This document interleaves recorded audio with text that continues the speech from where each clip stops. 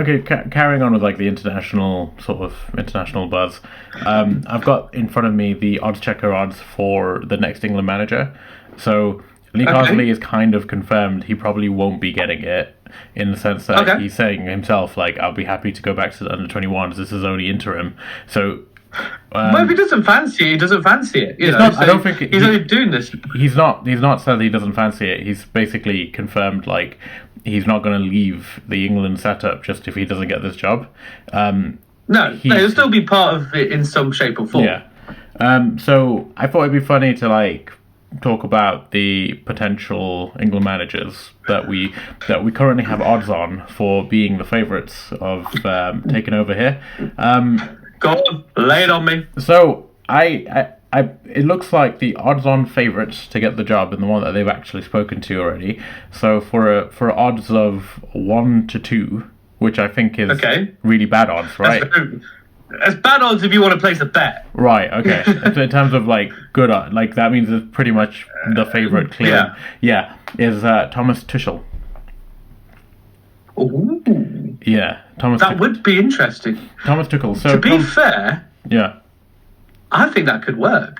Well, I mean, he's a very successful manager. He won the Champions League Yeah. with a Chelsea team that were not favourites against Man City.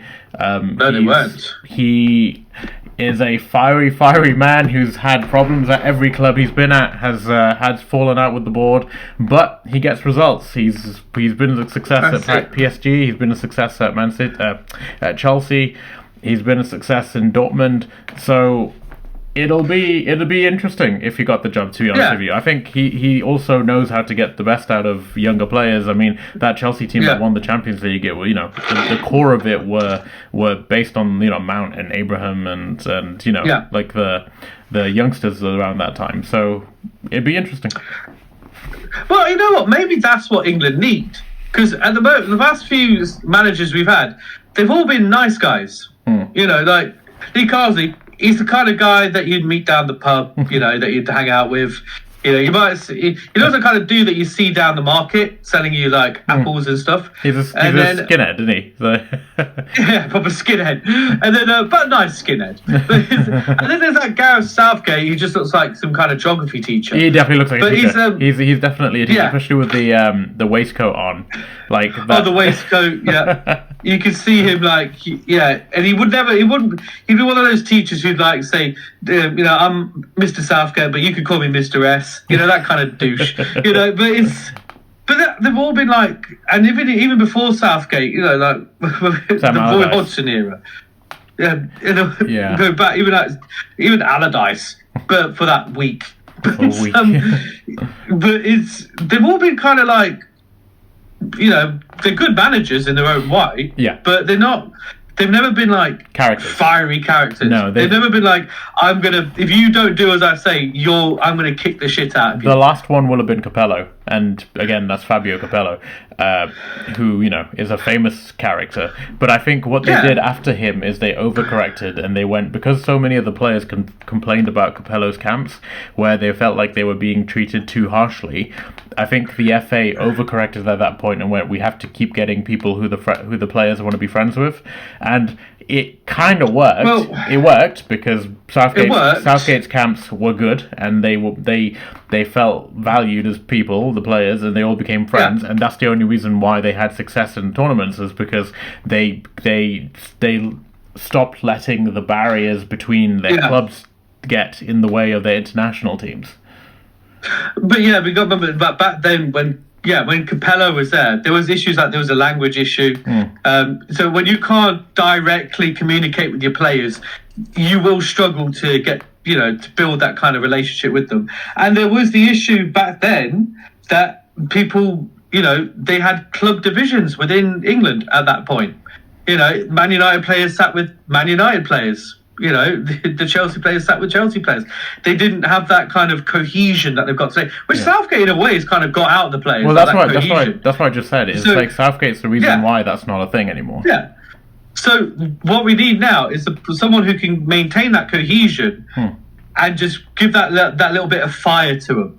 That's what they need, and I think a Thomas Tuchel would actually I can see why he would be odds-on favourite for that, because he can get the best out. But yeah, okay, we might have some HR issues. You know, we might have some like, oh, the manager shouted at me today. The manager said I'm a prick. But then he's not doing it to just be a dick. He's doing it because he has to. And this is why a lot of people. That's why a lot of people look back and say, "Oh, if only Brian Clough had become England manager," because he would have been quite similar like that. Because he would have built that cohesion, which he did at Forest, which he did at Derby. Didn't quite do it at Leeds, but you know, he built that cohesion. But yet, you know, he was like, you know, the players got on with him, but you didn't want to cross him. No. You know, and that's the same thing. It's a similar aspect with Thomas Tuchel. It's exactly similar. Like, yeah, he'll get the best out of you, but if you piss him off, he's not going to be like Gareth Southgate, like, oh, it's all right, mate, it's just bants. You know, he'll kick the shit out of you on it. So that's kind of what England need. You know, they need somebody I think they need a winner. And like, I think it's so important to have somebody who has an experience of winning. Just like how it's, you know, you want to be involving as many players from successful clubs as possible. Because you know how people always complain that there's like a big club bias, and it's like, that's obvious though. There's obviously going to be a big club bias, because the big clubs who win things, they will have players who have winning mentality, and that mentality is priceless. I think having, you know, you have more Man City players, they're winners. They're people who have been winning, so when they get to the bigger occasions, it's not going to faze them. And I think it applies to the managers just as much. Thomas Tuchel, he's won the Champions League. Like, he's won the best thing you can win at international club level. Sorry. Yeah. So I think he's a really decent shout. I really do. I mean, you know, you want to get a manager who can maximize the potential of this current extremely talented group of players. The one thing that I know will cause a little bit of controversy about it is the fact that he's not English. And I personally don't see it as a problem. I've never really cared about the England manager being English. But I know that's because you're a dirty foreigner. That's why. I just think you do what you have to do to win. I also don't think there are any English coaches who are at that same level who have won things, and that's such a key thing. I know people talk about, and we'll get to them later, but like the other managers who are on this list, some of them are very, very good managers who are English, and I think have a lot of promise, but they haven't won things. And for me, winning is so important, because you don't want someone like, for example, Southgate, where they get to the finals and they make indecisive decisions. So I think a good example of that is the Euro 2020 final, where he brought on Sancho and Rashford right at the end, and they came on just to take penalties, and he made some pretty suspect decisions, which I think would just showed his like sort of tactical naivety, but also his inexperience in the big moments. And the big moments, I think that's where you get somebody like Tuchel or you know, Pep or whoever to basically get you over the line, because you know what's gonna phase you if you're in a World Cup final or a Euro final. If you've been in multiple Champions League finals already, then that's not going to phase you. And I feel like somebody like Lee Carsley, maybe like Southgate, like a lot of the other managers on this list, I think because they haven't got the experience of being in those finals, they'll get phased by it. Well, you get who's best for the job, and it's if we go like good example when you use that Euro 2020 final. Yeah. If you looked at the two managers going against each other, you had Southgate, who's the pinnacle of his career. Was it lifting the League Cup? Yeah. With Middlesbrough. Yeah. You know, and as a manager, he didn't win fuck all.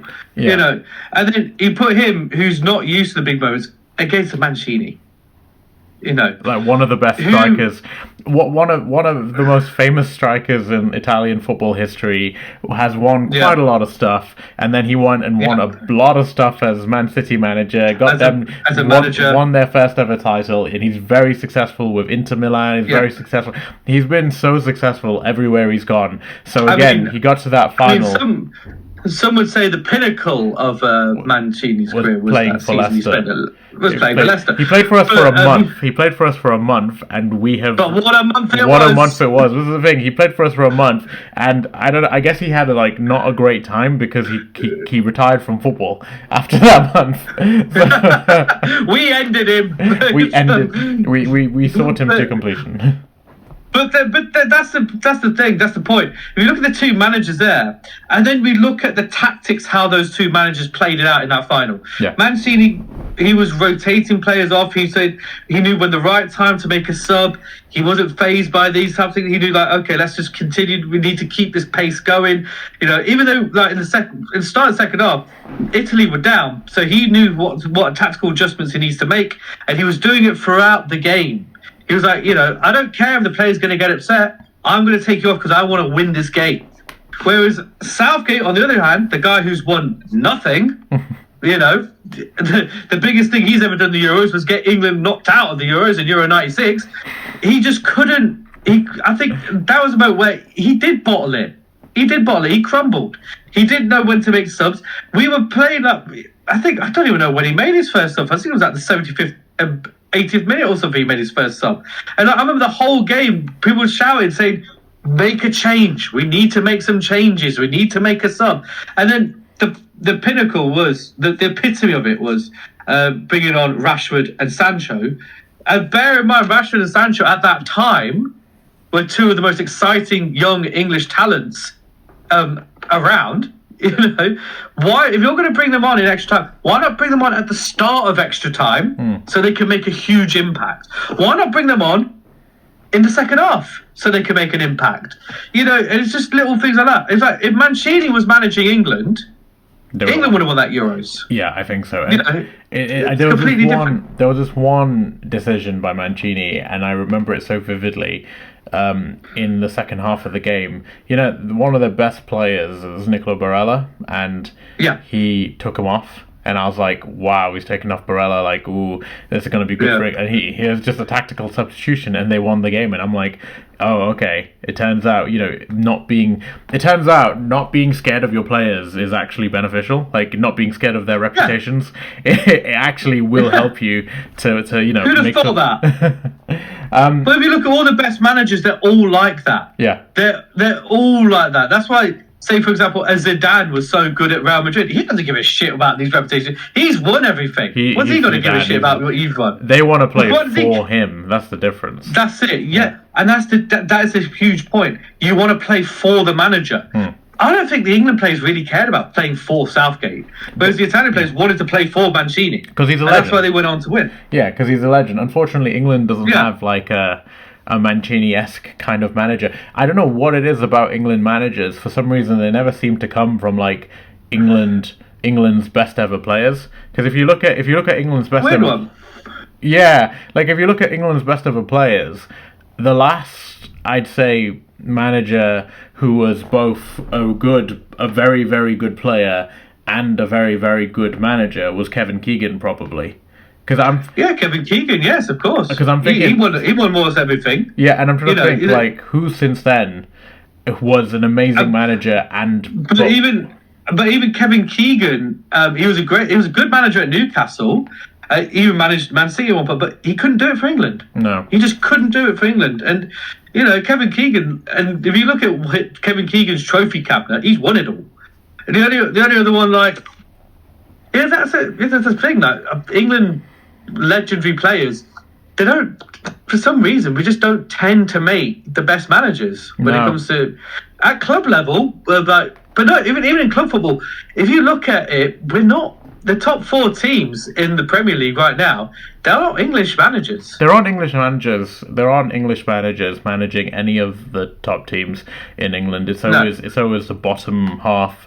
The best is Eddie Howe at Newcastle, obviously, and that brings us nicely on to Eddie Howe, who's third favourite. So Thomas Tuchel is top and the favourites.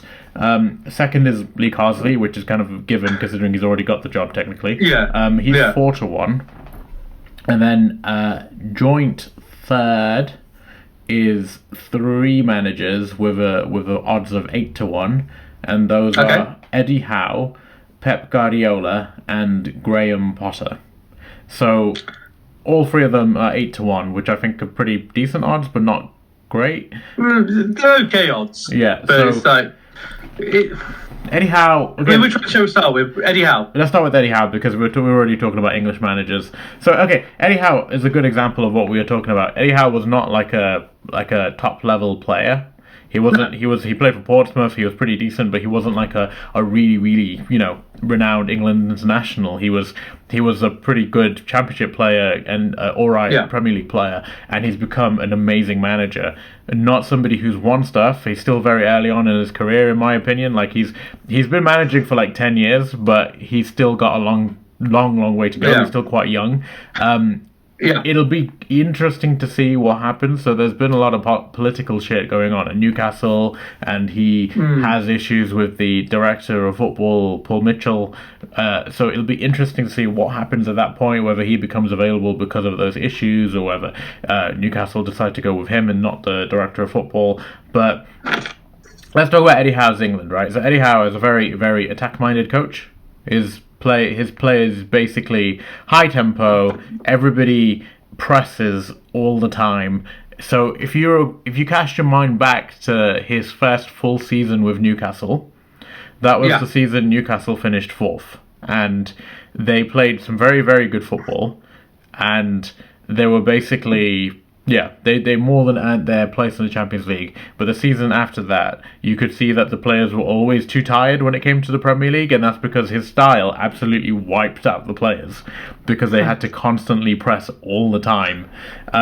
So it'd be exciting if Eddie Howe was the England manager in terms of the style of play for me. The only discredit is obviously he's not won anything, but then again, neither did De La Fuente at Spain when he became the manager. No. So. And sometimes you don't have to be an amazing club manager to become a great international manager. Just look at Joachim Löw at Germany. Yeah, he won everything at Germany, and did he win the Euros? No, he didn't win the Euros. But he won the World Cup with Germany, and he made Germany like a powerhouse again. You know. At club level, he never really won much. He was, I think he was the assistant to Klinsmann, and then when Klinsmann left, he got the job full time, and then all of a sudden they were really, really good under Joachim Löw. Yeah. But again, it's like he kind of got the job without having the standout credentials. Yeah, but he managed to do the job. So you don't necessarily have to be great at club football a great club manager to do it. Eddie Howe, he did a great job at Bournemouth. Yeah. He did a great job there. That's what got him the Newcastle job. Yeah. And I think Newcastle, if they don't get all with their politics and everything, Eddie Howe could do some great things at Newcastle as well. Yeah. He hasn't already has won anything.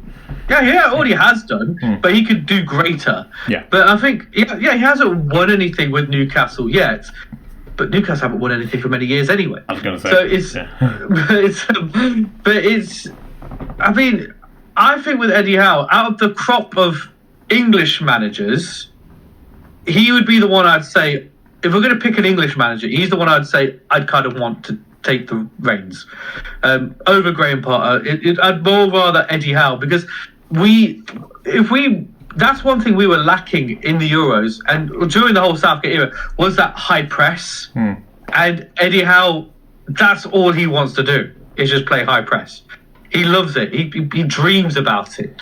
That's what he does. And so that's why I think if I was going to pick any English manager, I'd say Eddie Howe. He would be my front runner, but I just feel that Eddie Howe, even though he's like 45, 46, I just think it's a bit soon. I don't know why, but I feel it's a bit, even though he's in his mid-40s, I still think it's a bit soon for him to just leave Newcastle and go take the England job. I think give him another couple of seasons at Newcastle, and then we'll see it. I think that's how I feel. I think maybe I want to see him at like a elite level club first, Yeah. And I know obviously Southgate didn't have that, and Allardyce definitely didn't have that. Capello and Hodgson didn't have that either. I mean, he was at Liverpool. No, he didn't. He was at Liverpool for half a year, and he didn't do very well. Yeah. And got sacked. No, he didn't. But Eddie Howe, I think his performance at an elite level club would be really interesting to me, because I think, especially with his style of play, like he could play some real dominating football. You know, an English manager has never won the Premier League. I know. How depressing is that? Yeah, it's crazy. You know, in 30 years of the Premier League, more than 30 years, 31 years, not one English manager's won it. Yeah, well, Fergie won most of them. That's why. But then you got Guardiola and he's Mourinho. Scottish. He's Scottish, yeah. It is. So yeah, but you know what would be interesting is if Eddie Howe took the Man United job. That would be interesting, because he would have a quality team. He'd have a good infrastructure to work on. Yeah. And he's worked with Dan Ashworth before, who'd probably sound him out. He's you know what, he plays a style of football which is quite reminiscent of like old school Man United, to be honest, which is like very front foot, very attacking. I'd be interested in seeing that. Yeah, that'd be quite. I'd be more interested in seeing Eddie Howe take, say, the Man United job than him go for the England job. Yeah, you know. Too. So so Eddie Howe, I could see it if we had to pick an English manager. Yeah. Then I'd pick Eddie Howe. Yeah. But really, I don't want Eddie Howe to do it. No. Not because I don't like him. I just don't think it's right. Really, just yet. Yeah, it's not really right for him by now. No, I 100% agree with that. It's just, I don't know what it's one of those intangible vibes that you get when it comes to a person. It's like, I don't want him as England manager just yet. I want to see him, at club management still working day in, day out. Yeah. I guess let's move on to the next one, which is Pep Guardiola. So he's also tied for 8-1 with Eddie Howe. So Pep's an interesting choice. I think I've mentioned this before, where Pep he's in his last year of his contract. I don't know if he's going to sign another contract with Man City, but he's lost recently. He's lost Shiki Begiristain, who's the director of football who brought him into Man City, who he basically followed from Barcelona, and like Man City brought in Begiristain specifically to get Guardiola later on. Yeah. So he's lost a fair amount of his support team in that kind of sense, and I feel like it's kind of signs that he probably will end up leaving City at the end of the season. There's no guarantees. He might stay on. I think Guardiola, if he is available and is willing, is like you have to make it. You have to make it happen. So Guardiola Pep's like openly said, I want to give international management a try, and he is, people would assume that means like he wants to manage Spain. The caveat to that is he is a Catalan independence separatist. So that works in our favour. Yeah, well, that's what I'm trying to say. Is politically, I don't think he could be the manager of Spain because of how outspoken he's been about Catalan independence.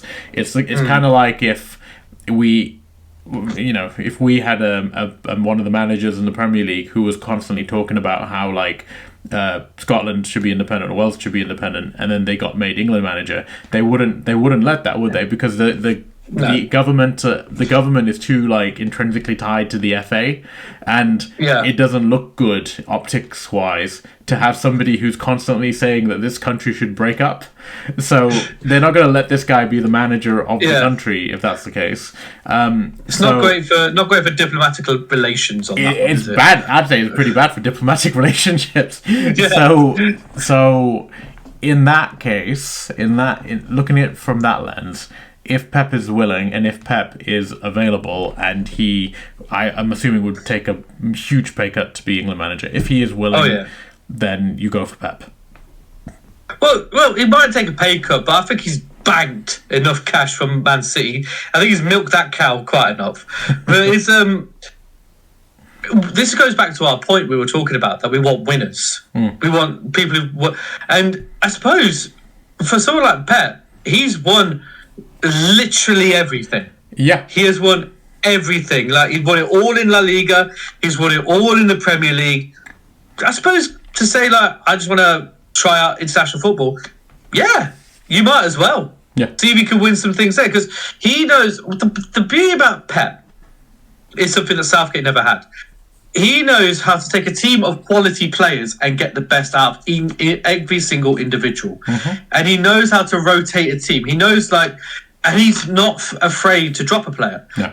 That's the thing about Pep. He knows how to. A lot of people say that, oh, Pep only won things at Barcelona because I think he had a great squad. Oh, he's only won stuff at Man City because he could buy great players. It's one thing to just have those players, but you have to get the best out of them. You have to make a job. You have to get them. That's it. Yeah. And Pep's have been brilliant at doing that. And now England have a squad of quality players, but they have nobody who can actually get the best out of them as a squad, as a team. And so Pep would probably, if you want to look at it from that angle, would probably be the best when it comes to that. I think Pep's even more so than Thomas Tuchel.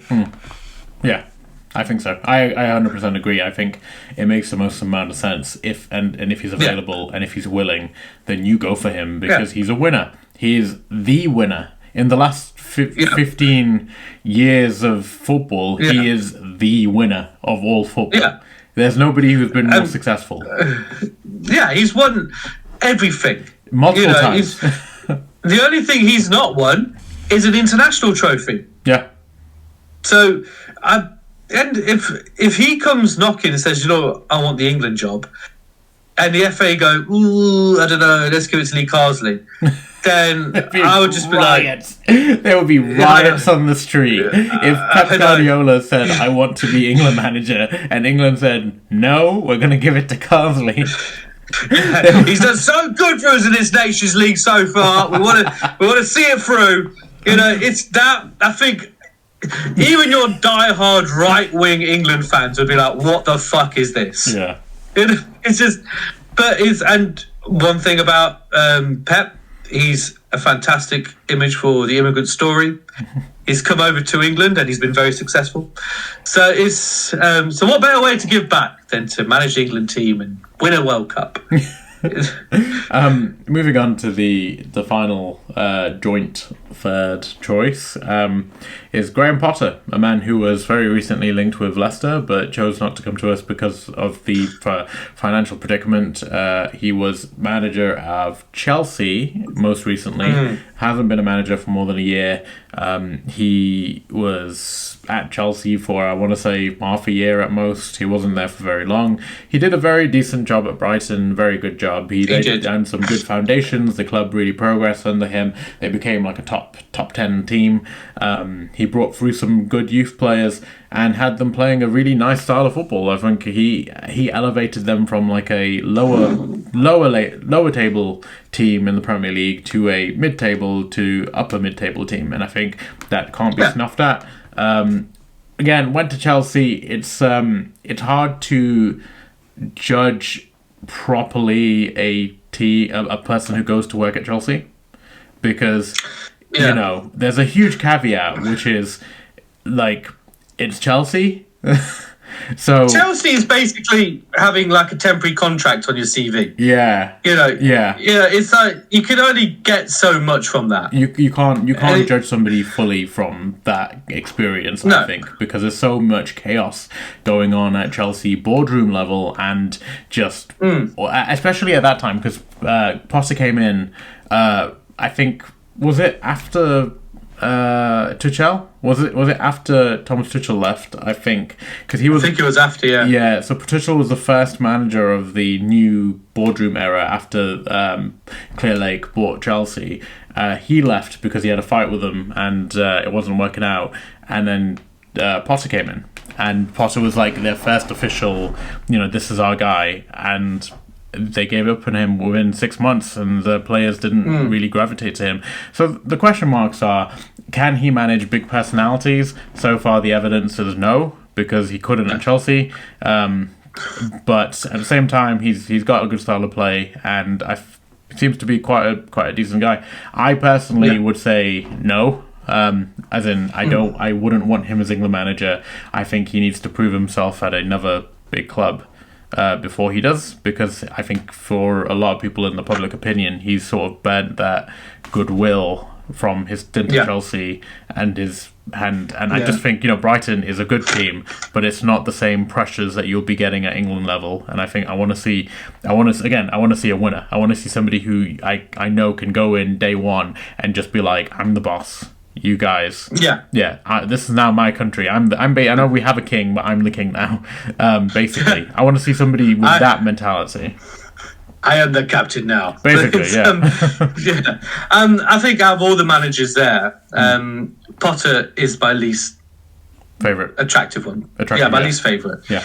Well, in terms of attractiveness, he's probably up there as one of the most attractive. But it's, in terms of favourite to become manager, I would say, my least favourite. Because I was going to say, should we do a ranking of all the managers in terms of who we want, and do a ranking of the managers in terms of who we find the most attractive?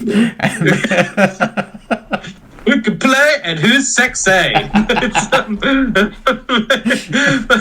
Maybe another time. Yeah, maybe another time. But I think out of all of them, I'd say he is my least favourite. Yeah. And that's not because I think he's a shit manager. No.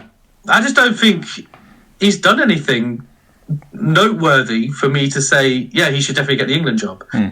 Because it's just... But then again, it's like, I say that, but Southgate did nothing noteworthy to get the England job. Roy Hodgson didn't really do much, really, to get the England job. Obviously Kevin Keegan did a lot, but it's like, I think it's important. McLaren did nothing to earn the England job.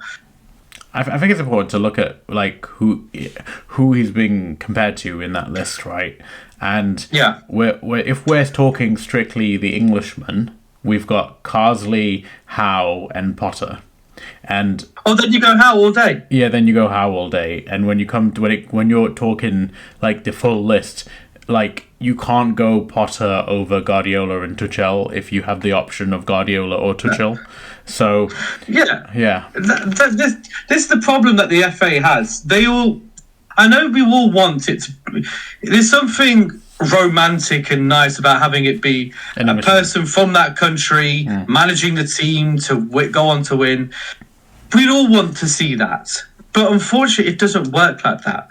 You want the person who's best for the job, who can get the best results. I mean, there was not too long ago that big Phil Scolari was manager at Portugal. So he's not Portuguese. Well, I just think there's nothing wrong with it. No, there's nothing wrong with it. I mean, for me, it's the amount of times that like Brazil have tried to get Ancelotti.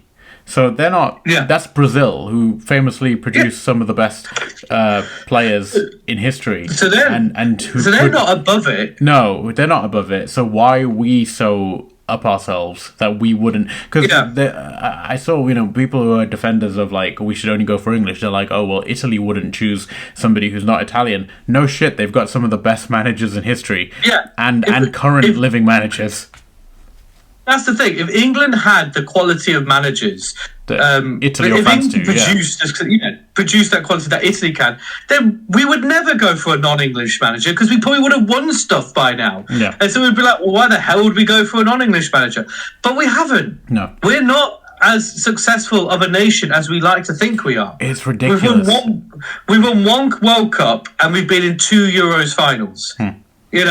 And everyone was going on about, the last Euros final. Oh, this is our first final on foreign soil. We've only been in 3 finals.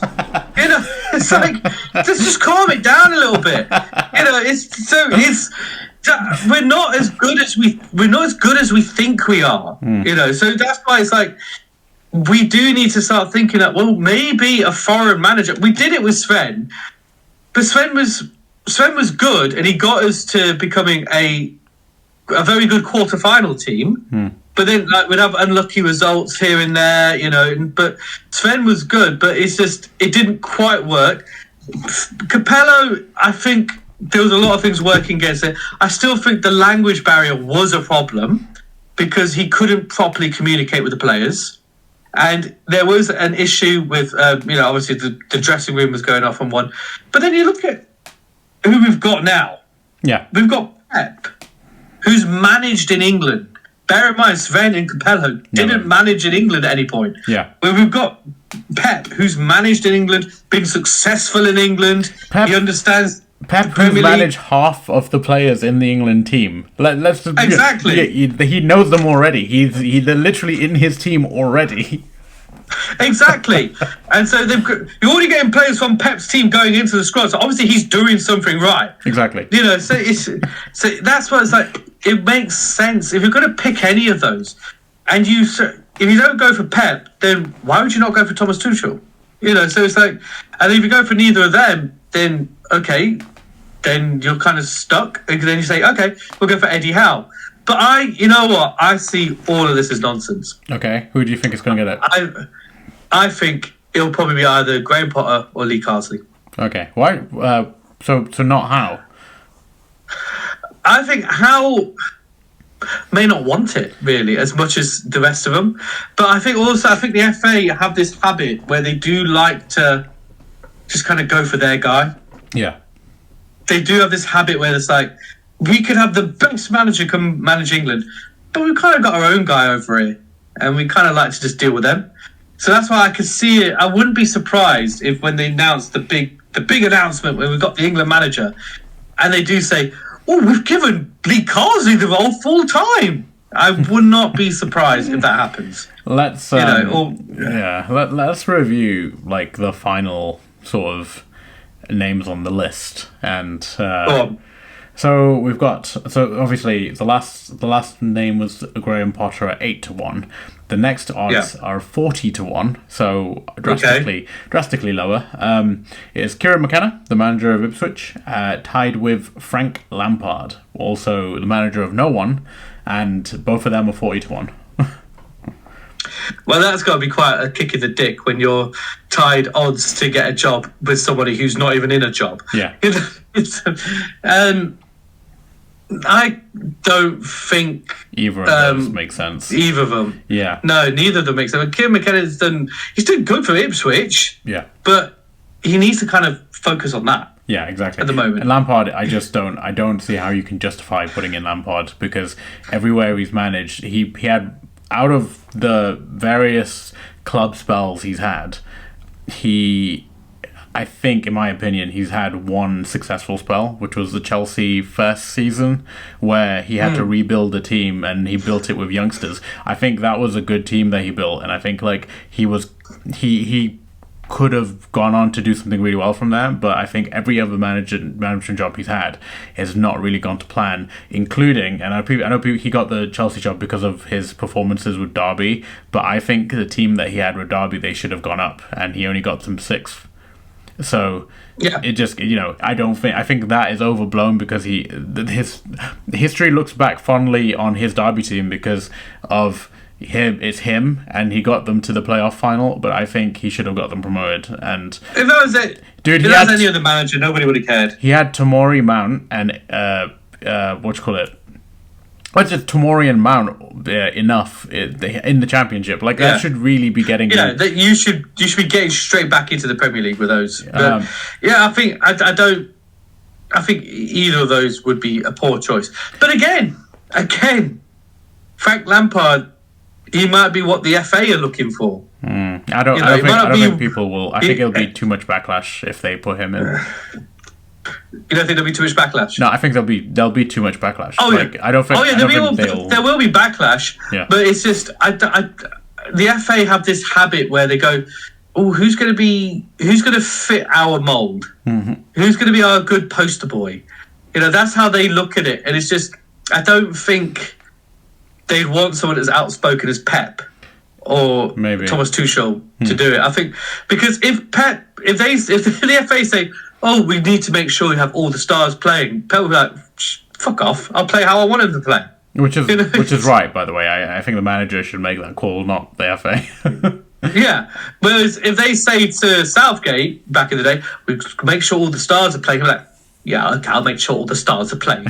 So that's what it is. It's just I a part of me thinks like it's good to dream that Pep and Thomas Tuchel would become England manager, but I don't think it's going to happen because I think the FA won't allow it to happen because they've got their own agenda.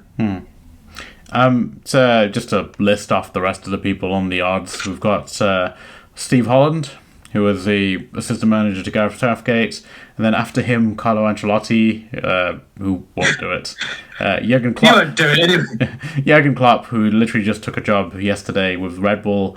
Rafa Benitez, who I don't get how to work this stuff Rafa out. would do it. Michael Carrick and Steven Gerrard, Ange Postecoglou, Mark Noble, which is a fucking wild shout. Gary O'Neill, which is I'm surprised he's as low odds as Mark Noble, considering one is an actual manager. Jimmy Floyd Hasselbank, Will Still, Russell Martin, Marcelo Bielsa, Roberto Martini, Roberto Martinez, Patrick Vieira, Ruben Amorim, Xavi, Scaloni, Humeland, Koeman, Glasner. It gets really odd, to be honest, going down the list. I think by the end it sounds like they're just throwing names in there now. Well, it is. Well, because 100 to 1... Okay, so I'm looking at the 100 to 1 odds. You've got names such as Mauricio Pochettino, Ronald Koeman, Mikel Arteta, Thierry Henry, Thomas Frank, and Ralph Rangnick. But you've also got Zidane with 100 to 1. Zidane! Serena Wiegman, who's a women's manager, is 100 to 1. Conte is 100 to 1. And also, for some reason, Brendan Rodgers, Jamie Carragher, Jamie Carragher! Ashley Cole, Alan Pardew, Steve Bruce, Gary Neville, Wayne Rooney, Dean Smith, Phil Neville. So obviously, I think they're just throwing in names now. At that point, right, they're just listing English people. Like it's like, Tarancelli. What is it? Might as well throw my odds in there. That's the England manager. 200 to 1. But yeah, I think some of those aren't very serious. I don't think so. And I don't think Ancelotti would want to take the England job. Not from Real Madrid. I don't know. Maybe he'd be like, "Oh, I want to keep working with Bellingham." But I just like, why would you ever leave Madrid, especially this Madrid team where they built there's no reason to leave. Wonder Kid FC. Zidane. Why would Zidane want to do it? No. Thierry Henry.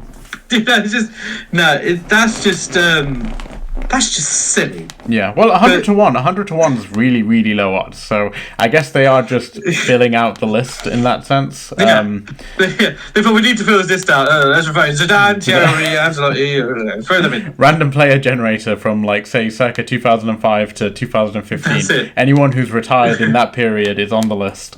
Yeah, but I think you even mentioned Patrick Vieira in there as well. I did, yeah. Who's, to be fair to him, is actually a manager, unlike Jamie Carragher. So, Jamie Carragher, he's not even managing anywhere.